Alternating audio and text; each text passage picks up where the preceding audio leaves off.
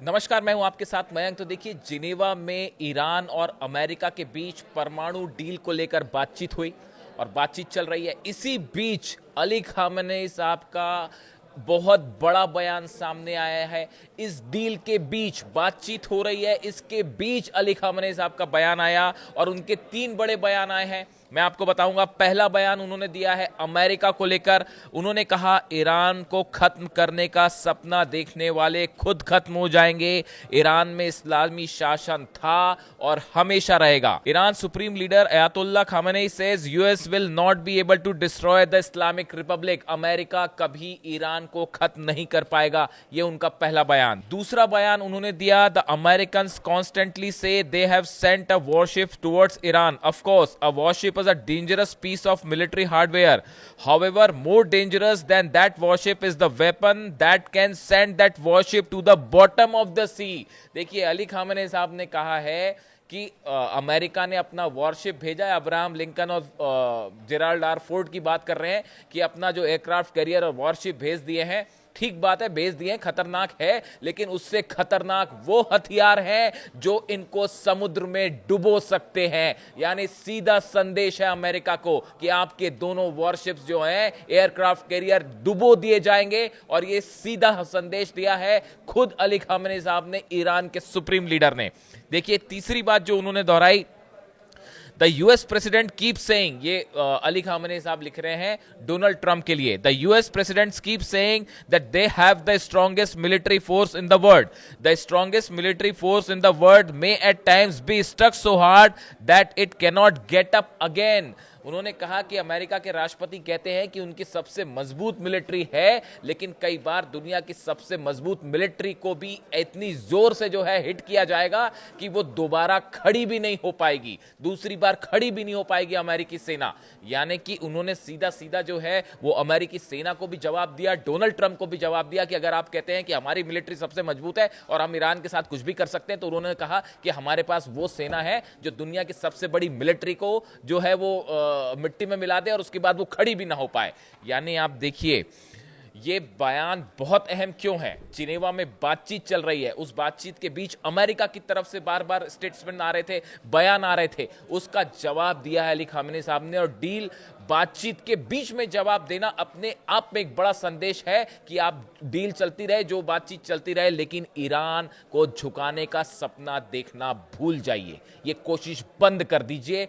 ये जो है संदेश दिया है अली खामेनेई साहब ने। अब देखिए, जिनेवा में क्या हुआ, मैं उसको बताऊं। आज जो बातचीत शुरू हुई उसके पहले क्या हुआ, बातचीत में क्या हुआ, इसके बारे में मैं आपको बताता हूं। देखिए, सबसे पहले ओमान के जो विदेश मंत्री हैं बद्र अल बुसैदी, इनसे ईरान के विदेश मंत्री अब्बास अराक्ची की मुलाकात होती है।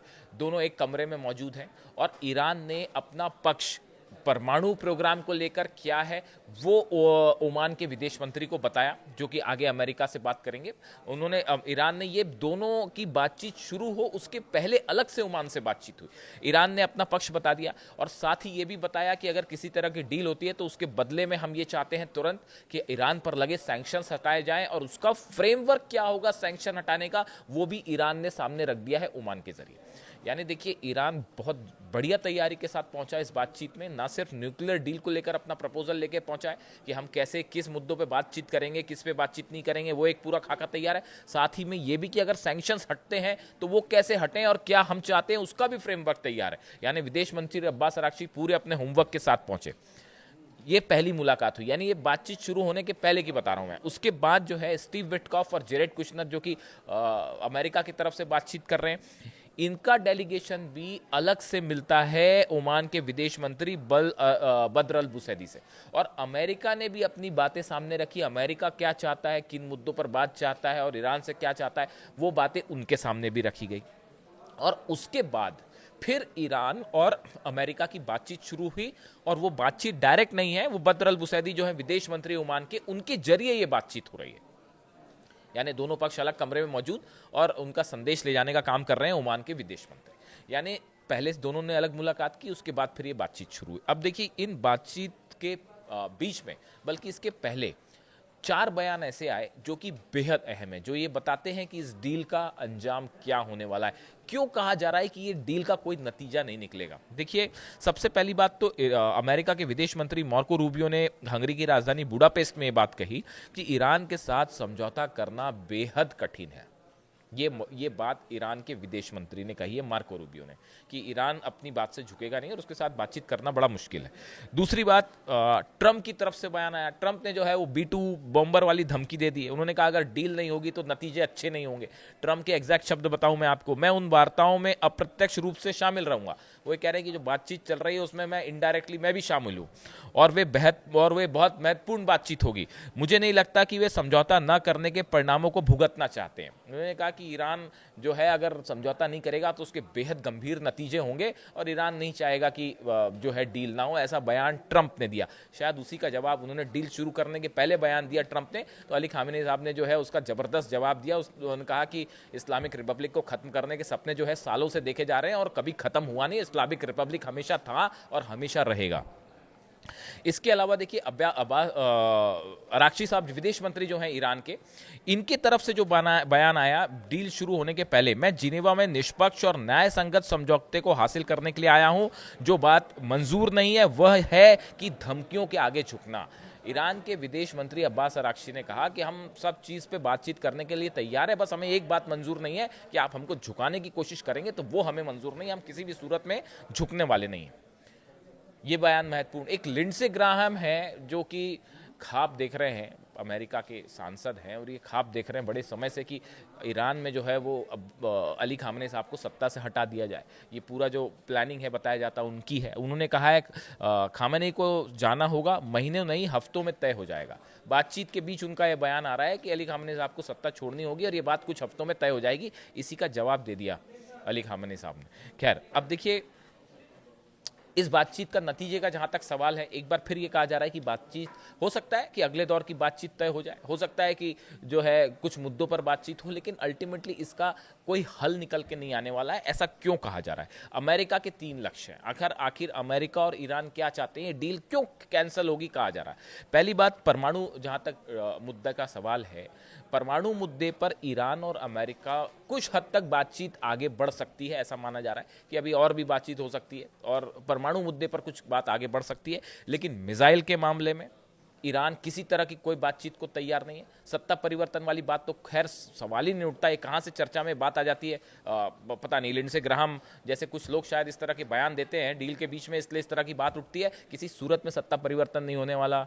दूसरी चीज़, मिसाइल वाले प्रोग्राम पर ईरान बात नहीं करेगा। अब परमाणु डील को लेकर, अब देखिए, इन दोनों ही सूरत में अगर परमाणु डील को लेकर कुछ बात होती भी है, बात आगे भी बढ़ती है, तो भी इस सूरत में इजराइल हर सिचुएशन में हार रहा है। अगर डील किसी तरह की होती है और जंग कैंसिल हो जाती है तो इजराइल के लिए बहुत बड़ा झटका है, क्योंकि ईरान ने 6 महीने में अपने आप को इतना पावरफुल कर लिया है कि अगर इसी गति से मामला चलता रहा तो पता चला इजराइल जो है वो पूरा बैलेंस ऑफ पावर चेंज और पूरे मिडिल ईस्ट ही नहीं पूरे इलाके का बड़ा किंग जो है वो ईरान इतना मजबूत हो जाएगा कि इजराइल उसका मुकाबला ही नहीं कर पाएगा। ये डर भी सताने लगा है अब, खासतौर पर नेतन्याहू को।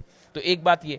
दूसरी तरफ, अगर किसी भी तरह से हालात बिगड़ते हैं तो तेल की कीमतें ऑलरेडी बढ़नी शुरू हो गई हैं। देखिए, हॉर्मुज में जिस तरह से इस बातचीत के बीच में हॉर्मुज में जिस तरह से बड़ी मिसाइल्स ड्रिल करी है, मिसाइल्स का प्रदर्शन किया है ईरान ने, और कद्र सीरीज की एक के बाद एक जो मिसाइल्स दागी जा रही हैं, पिछले 24 घंटे से 100 से ज़्यादा मिसाइल्स दाग दी है ईरान ने हॉर्मुज ने ड्रिल के नाम पे। और ये संदेश दिया गया है कि अगर आप किसी तरह का सपना देख रहे हैं जंग करने का तो वो भूल जाइए। और उसके बाद जो है कद्र सीरीज की जितनी एंटी बैलिस्टिक मिसाइल्स हैं, एंटी शिप्स मिसाइल्स हैं, वो सब की सब यहाँ पे टेस्ट की गई हैं।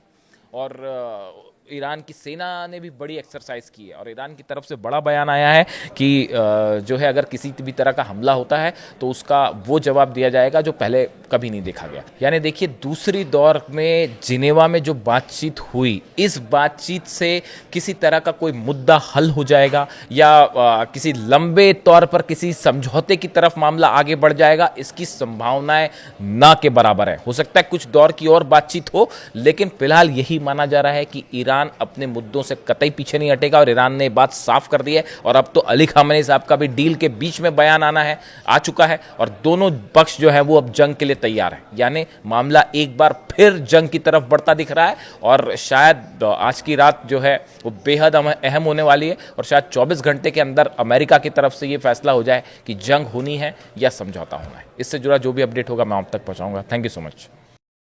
I'll be involved in those talks indirectly, and they'll be very important. We'll see what can happen. I mean, it's been typically Iran's a very tough negotiator. They're good negotiators, or bad negotiators. I would say they're bad negotiators because we could have had a deal instead of sending the B-2s in to knock out their nuclear potential, and we had to send the B-2s. I hope they're going to be more reasonable. They want to make a deal.